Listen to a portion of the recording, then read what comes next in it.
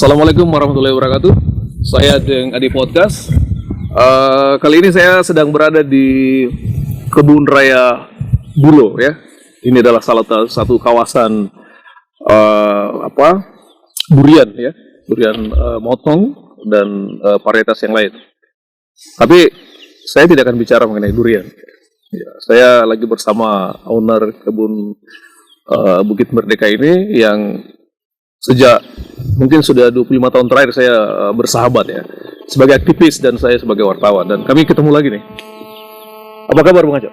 Alhamdulillah baik Bung Adi. Ya, sepertinya Bung Aco ini ya memisahkan diri dari hiruk pikuk politik ya di Pulau Limandar atau di Sulawesi Barat. Kenapa datang ke kebun di sini? Ya, jadi bukan juga memisahkan diri dari hiruk pikuk politik, tetap kami memantau juga melihat perkembangan dan situasi. Memantau dari desa ya? Memantau dari desa, tapi saya hari ini sudah merasa sangat nyaman sekali dengan aktivitas berkebun durian di Bulo. Bertani. Biasanya diskusi, saya justru banyak ketemu teman-teman politisi di sini dengan berbagai latar belakang partai politik. Justru di Bulo, kalau di kota itu mungkin cuman tidak sempat ketemu atau bagaimana karena kesibukan, tapi justru di sini biasa ada kegiatan-kegiatannya, biasa bikin kegiatan di sini atau sekedar makan durian, bisa berbincang nih. Iya, gitu ya. Jadi tidak juga tidak juga menghilang gitu ya. Tidak. Kita melihat lah. Kan sesungguhnya Bung Aco ini salah satu di tahun-tahun 2000-an itu kan salah satu rising star di Pulau Limandar ya. Tapi ya mungkin karena saya juga pernah lama di penyelenggara sehingga tidak mungkin sering ketemu beliau karena beliau adalah fungsionaris parpol ya. Jadi tapi kami ketemu sekarang ya dengan kemerdekaan intelektual ya. Nah, bagaimana Bung Aco memandang perkembangan politik itu di Pulau Limandar dan Sulawesi Barat? Saya kira melihat perpolitikan hari ini, saya sih berharap bahwa masyarakat dan para politisi ini bisa semakin dewasa. Tapi ternyata hari ini kita justru dipertontonkan dengan politik yang kurang sopan kalau menurut saya.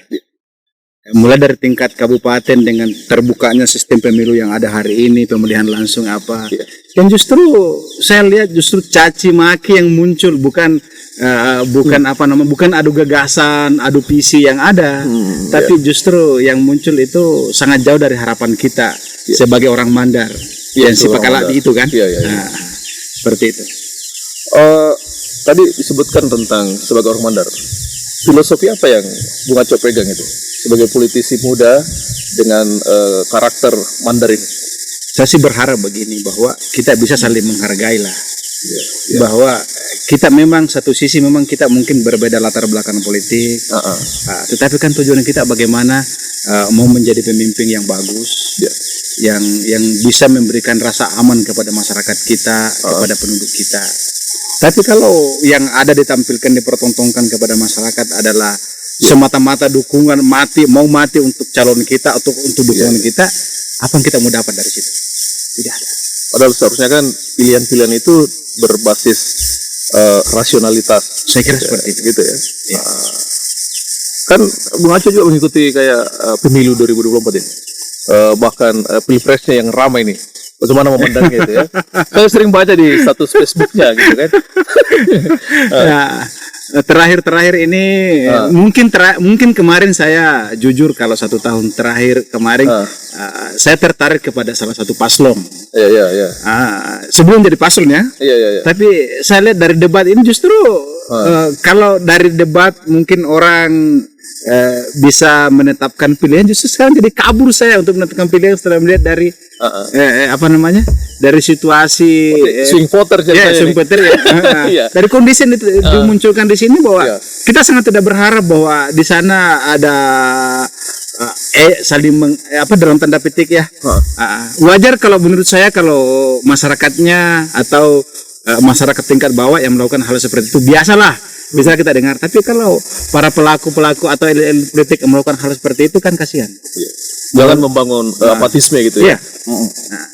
Fanatisme boleh lah, tapi jangan ketika berhadapan ini kan kita Atau masih jangan membangun apatis ya. ya, betul. Pesimis boleh, tapi jangan membangun apatis.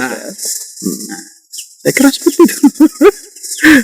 Kalau untuk masyarakat, apa yang misalnya Bung Acuk mau sampaikan ini? Kan ini karena lama di parpol, lalu sekarang menjadi orang yang bebas, tidak menjadi fungsionaris lagi. Apa yang mau disampaikan?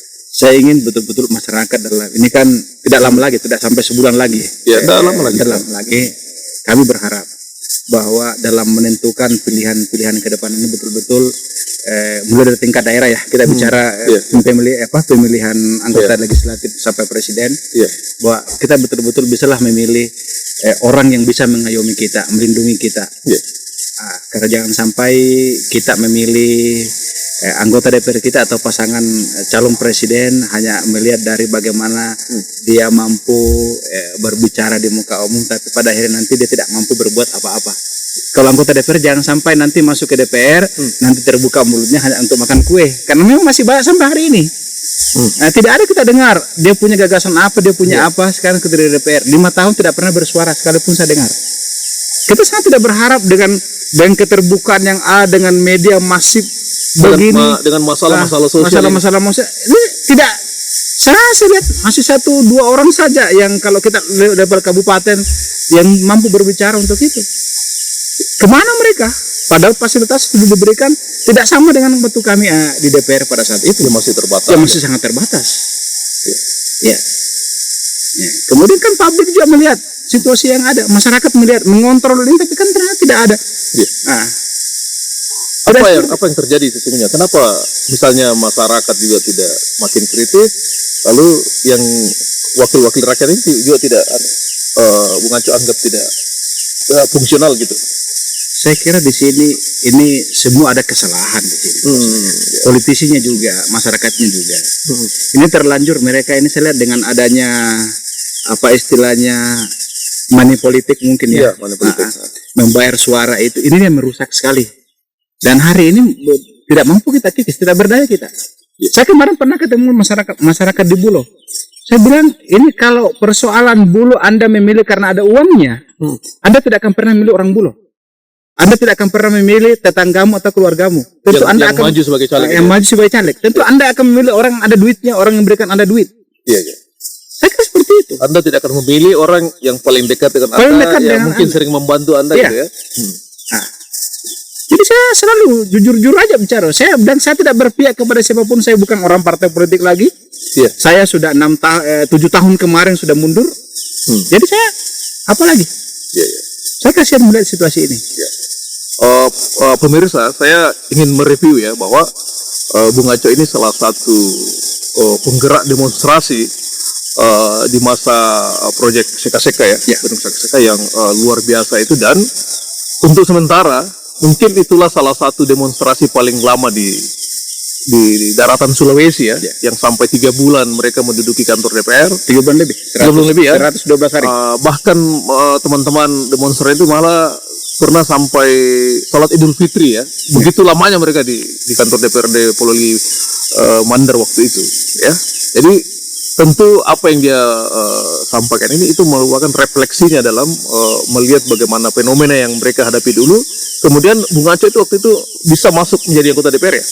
Bagaimana mereview itu? Kira-kira apa tipsnya sesungguhnya? Saya tidak tahu, kalau bicara tips saya tidak tahu. Yang jelas itu mengalir saja. Mengalir saja. Mengenai politik pasca kami demonstrasi hari itu kami tidak paham. Kami hanya masuk, kami masih ditunjuk hari itu oleh Pak Adi Sasono untuk menakodai Partai Merdeka. Kami mengalir saja. Kami kampanye begitu saja. Dan alhamdulillah kami terpilih. Kalau bicara tips kami tidak tahu. Tidak ada. Baliho saja kan belum ada musim baliho. Tidak ada stiker, tidak ada apa. Caranya berkampanye gimana? Ya kami datang door to door, datangi rumah. Door to door. Ketemu dengan teman-teman kami yang dulu. Yang pernah sempat selama 100 hari lebih di DPR. Dan justru itu mereka yang mengkampanyekan kami, membantu kami. Malah masyarakat yang bergerak gitu. Masyarakat yang bergerak. Saya kira orang tidak menutup mata. Kemarin kami kampanye besar-besaran di Campalagia. Kami hanya mungkin partai kecil pertama yang muncul di Polmas hari itu yang berani kampanye di 4 dapil. Kami terisi ya. Gitu ya. Tapi tidak ada anggaran. Tidak ada anggaran. Tidak Dan ada ada anggaran. semua calonnya kan? Alhamdulillah Ada yang terpilih kan? 3 orang Tiga terpilih. orang terpilih. Dari 4 dapil itu kan? Dari 4 dapil. Pemilu berikutnya juga begitu. Tapi setelah masifnya ini namanya politik uang apa segala macam, otomatis kami tersisih. Mundur gitu. Mundur, kami tidak ada uang. Tidak ada uang, Belakang aja kami tidak ada duit. Iya, betul. Kami tidak ada duit. Sebenarnya apa yang dirusak dari politik uang itu, Bu? Saya kira yang dirusak ini orang-orang yang berkualitas, yang punya potensi untuk masuk memperjuangkan kita punya daerah. Iya. Otomatis tidak ada ruang. Tidak ada ruang. Tidak akan terpilih mereka. Tidak akan terpilih. Di sisi masyarakat jangan begitu kan? Saya kira seperti itu juga. Nah, kita adalah banyak teman-teman yang hari ini yang punya potensi kalau saya lihat. Yes. Tapi sampai hari ini tidak terpilih. Sudah pindah, sudah tiap pemilu ganti partai. Tidak terpilih. Karena kenapa? Mereka tidak punya kekuatan finansial yang memadai. Sehingga saya selalu sampaikan kepada teman-teman, kalau memang Anda tidak terpilih, sudah tinggalkan aja itu. Kalau memang bukan rezeki kita di sana, bukan pekerjaan kita di situ, ya tinggalkan. Tidak sedikit godaan loh. 2 tahun terakhir ini masuk ke sini, baik pengurus partai tingkat kabupaten, provinsi, yang untuk mencoba menarik kembali masuk ya. banyak. Tidak usah mungkin kami sebut, tapi banyak partai-partai besar, bukan partai kecil. Masuk ke sini, ada mau memasukkan kayak pengurus kabupaten, pengurus provinsi apa? Kami nolak dengan halus. Kami sampaikan belum siap, mungkin beberapa saat nantilah kami hubungi, tapi kami tidak pernah kontak. Karena kami tidak mau lagi ke sana. Kami berkebun aja gitu. Berkebun. saya enak di sini. Saya enak di sini. Saya mau bilang Pak, justru tidak ada pembatasan orang masuk ke sini, orang yang mungkin dulu kita tidak sempat ketemu karena lain kiblat kita, kiblatnya A, kami B. Kami tidak pernah bagus cocok di kota. Justru kami ketemu di sini, kami bicara di sini, kami tidur di sini sama-sama. Oh, gitu ya. Itu mungkin filosofi dari nama Bukit Merdeka ya. Saya tidak bisa lupakan. Jadi 2 tempat ini, pertama Kebun Raya Bulo, Bukit Merdeka, saya beri nama itu karena latar belakang yang selain Forbes yang menaikkan nama apa, yang turut membesarkan karir kami.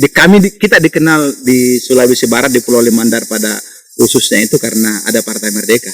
Iya betul. Jadi untuk Bukit Merdeka di sini khusus durian, kemudian di Luyo sana ada Padepokan Kakao Merdeka. Oh iya. Kayak pakai Merdeka. Jadi ini sudah bukan lagi diversifikasi pilihan-pilihan politik, tapi ini sudah masuk ke diversifikasi dan varietas buah ini ya. Iya. Jadi memang kalau teman-teman bisa di googling nih ya, di searching di website bahwa bagaimana mereka dulu berjuang ya. Karena itu sesuatu yang bukan lagi demonstrasi sesungguhnya ya. Itu pendudukan DPRD Kabupaten Pulau atau Pulau Limandar waktu itu, karena lebih 100 hari ya. Jadi ya saya sebagai wartawan selama ini menulis banyak hal, saya belum pernah menulis demonstrasi sepanjang itu kecuali dan teman-teman, karena waktu itu kami juga lagi tumbuh sebagai wartawan ya, wartawan muda waktu itu, dan ketemu teman-teman muda yang menggerakkan itu ya, dan itu efeknya luar biasa. Dan orang yang beliau demo dulu itu biasa mengatakan kepada saya, almarhum Pak Hasim Magabarani, bahwa yang mereka lakukan teman-teman itu ada benarnya juga gitu ya. Ya ada benarnya juga, karena itu menuntut haknya gitu. Jadi ternyata Pak Hasim begitu tanggapannya setelah beliau tidak berkuasa lagi ya. Saya juga mungkin di forum ini juga saya sampaikan seperti ini. Bahwa justru setelah beliau tidak jadi bupati atau gubernur kemarin atau gagal sebagai gubernur di Forum Sulawesi Barat, kayak bisa akrab setelah itu. Ya, jadi bersahabat gitu. Iya, mungkin tidak pernah diketahui oleh publik, ini kami sering ketemu setelah ini. Iya. Pertama kali saya dicoba dan jembatani oleh teman-teman di Demokrat hari itu, Pak Andi Bapanghar dan almarhum Andi Nasir Nawawi, kami dipertemukan di Makassar. Jadi kami dan selalu dalam suasana sangat akrab. Iya. Padahal waktu dia belum menjabat itu kan luar biasa, bahkan kita sampai lapor-laporan ke polisi, gantian laporan ke polisi. Kepada media pun beliau mengatakan kalau bikin berita 10 itu ya 64 lah, jangan 91 kan. Artinya aduh luar biasa. Saya juga mau ingat begini, beliau menelpon ke rumah. Beliau menelpon ke rumah, yang menjadi fasilitator hari itu kalau tidak salah ini yang di Tinambung, siapa namanya? Siapa namanya itu yang wartawan juga itu. Siapa namanya itu kemarin? Dia menjembatani kemarin dan sempat bicara langsung dengan beliau. Yang membuat saya menitikkan air mata pada saat itu Pak Hasim. Beliau meminta maaf lalu telepon. Masya Allah. Dia minta maaf, dia bilang, dia bilang, kan saya nggak tahu siapa yang berbicara. Saya di ujung telepon ini siapa yang bicara? Dia bilang saya, siapa Pak saya Hasim Bupati Mulu yang kamu demo. Ya saya menghentikan air mata, saya tidak bisa. Dia minta maaf sama saya. Betul. Saya bilang siapa sih saya? Saya sih baru anggota DPR, baru dilantik kemarin, tapi seorang tokoh ini, tokoh kita di Pulau Aliman, Polmas hari itu meminta maaf sama saya melalui sambungan telepon itu. Dan kemudian selanjutnya kami ketemu di beberapa kesempatan sampai beliau orangnya humble kan, bersahabat sekali. Ya. Tapi ya karena mungkin pada posisi yang berbeda, ya begitulah situasinya seperti itu. Jadi itu review saya tentang beliau ya. Bagaimana Bung Aco ini tumbuh sebagai politisi muda. Tapi sesungguhnya saya heran kenapa justru meninggalkan ruang ini. Ya, meninggalkan ruang ini karena dan kemudian saya mendengar beliau mencanangkan kebun raya Bulo ini yang luar biasa. Ya, jadi sebenarnya di mana proses transformasi perubahan anunya itu ya, meninggalkan dunia yang sebenarnya masih menunggu Anda sebenarnya bukan aja sebenarnya. Ya, tiba-tiba datang ke sini, ke Bulo beli banyak di sini malah. Jadi ini kan tadi saya sudah sampaikan bahwa ini kita kan saya masih jadi anggota DPR, saya beli tanah di sini. Tetapi kurang terpelihara pada saat kayak masih duduk sebagai anggota DPR. Dan nanti betul-betul kami lepas di situ, baru kami coba eksis betul di sini. Tetapi di pemilu berikutnya sempat tergoda. Saya sempat tergoda sehingga kami gabung ke salah satu partai politik yang menjadi peserta pemilu hari itu. Karena kan Partai Merdeka sudah tidak ikut lagi jadi pemilu. Jadi kami tergoda. Saya ditawari menjadi sekretaris salah satu partai. Saya ikut dan saya jadi caleg. Tapi lagi-lagi tadi itu bahwa dengan kalau kita mau ikut pemilu kemudian dengan keterbatasan finansial apa segala macam, kita tidak akan terpilih. Karena tadi itu, karena sistem yang ada di bawah itu sudah rusak. Nah, pemilih kita bukan. Jadi kalau selama ini dikatakan bahwa politisi yang kadang membohongi masyarakat, tapi terbalik sama, mungkin sama-sama sekarang. Tidak ada bedanya antara pemilih dengan politisi. Tapi oknumnya tidak semua. Karena saya yakin juga bahwa masih ada teman-teman yang masuk jadi anggota DPR berjuang dengan idealisme tanpa embel-embel memberikan sesuatu. Dan tidak semua masyarakat juga itu bisa dipengaruhi oleh tidak semua juga. Memang ada. Tapi saya kira kalau ini sudah lebih banyak daripada yang ada tersisa hari ini. Jadi pesan moralnya apa ini? Jadi saya mau ini seperti terutama teman-teman politisi muda. Saya berharap kalau mungkin sudah 2-3 kali tidak terpilih, sudahlah tinggalkan kegiatan itu. Masih ada aktivitas lain bisa kita lakukan. Kita masih bisa berpartisipasi dalam pembangunan dalam bidang apa saja. Termasuk yang kami lakukan di sini adalah bagaimana kita berkebun, bertani di sini. Dan kita coba membuka cakrawala berpikir teman-teman kita sehingga dia melakukan hal yang sama. Sulawesi Barat potensi kita untuk melakukan perkebunan dan pertanian. Kita akan menjadi penyangga ibu kota negara Nusantara. Jadi gunakan peluang itu sebelum kita tertinggal lagi jauh ke belakang. Kan faktanya begini, dulu kan misalnya kebun durian yang seperti ini besarnya kan hanya beberapa orang yang mengelola kan. Tapi kemudian dia menjadi ratusan hektar kan. Berarti itu pengaruh sesungguhnya. Saya kira seperti itu karena kan mereka sudah lihat ini kan ini sudah lebih 200-an hektar sudah tertanami dengan usia yang bervariasi. Adanya usia bervariasi di sini karena kan masyarakat ini kan dulunya belum meyakini bahwa ini potensi. Nanti 4 tahun terakhir ini ketika kami produksi, ketika kami sudah menjual ke wilayah sampai keluar provinsi, Bulo viral dengan durian, baru mereka sadar bahwa ternyata Bulo itu durian yang cocok, justru durian yang bisa mengangkat ekonomi masyarakat Bulo tanpa mengabaikan komoditas lain ya. Tapi untuk hari ini saya berani mengatakan bahwa untuk nilai perkebunan, harga jual perkebunan tertinggi justru itu di kebun durian. Kebun durian. Ya. Kami sempat membeli kebun kemarin di sini. 1 hektare itu yang sudah tertanami durian itu dengan angka 350 juta. Dan saya kira untuk lahan perkebunan seperti tanaman kakao apa yang lain belum ada bisa mencapai harga seperti itu walaupun di kota. Tapi di Bulo sudah. Betul ya. Di Bulo sudah.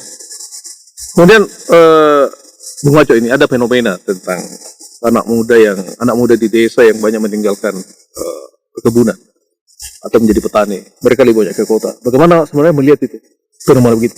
Fenomena itu sudah kami lihat, kami rasakan dan kami lihat sendiri yang ada di Bulo.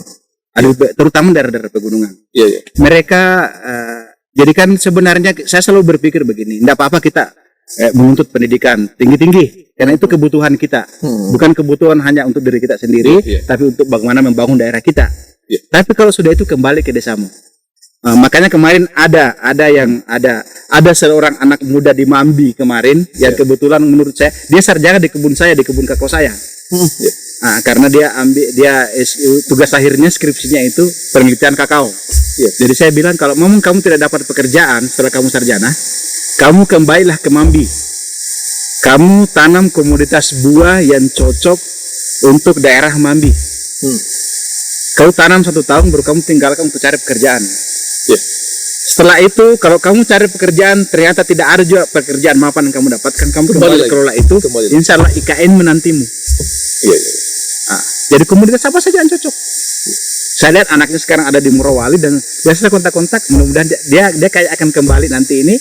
Tapi sudah dengan modal ya. Sudah dengan modal untuk menggarap perkebunan yang ada di Mambi. Jadi beliau ini adalah salah satu contoh anak muda yang kembali ke dunia perkebunan ya, dan sudah memberikan contoh ke apa efek atau dampak bagi masyarakat di sekitar Bulo. Nah, apa closingnya untuk pemirsa kita di Ngadi dengan dunia capres cawapres yang lagi marak ini? Ini sangat sensitif sekali. Kalau tidak usah menyebut angka ya. Saya kira pilihlah sesuai nuranimu. Tapi yang jelas sesuai nuranimu dan dan bisa menunjang aktivitas Anda, khususnya kita yang petani di sini di Sulawesi Barat. Kira-kira bagaimana kita mau kemana ini, mau apa istilahnya, mau dibawa kemana kita punya daerah ini? Kita mesti mengisi itu dan itu bisa menunjang kita, bangsa dan negara kita. Saya kira seperti itu. Itu aja ya. Iya. Cukup ya. Cukup. Ayo. Oke, terima kasih Bung Aco ya. Ini diskusi di Bulo dan kayaknya hangat ini, mesti mendung ya. Terima kasih sekali lagi buat teman-teman dengan di podcast di mana saja yang menonton acara kami ini. Assalamualaikum warahmatullahi wabarakatuh. Assalamualaikum warahmatullahi wabarakatuh.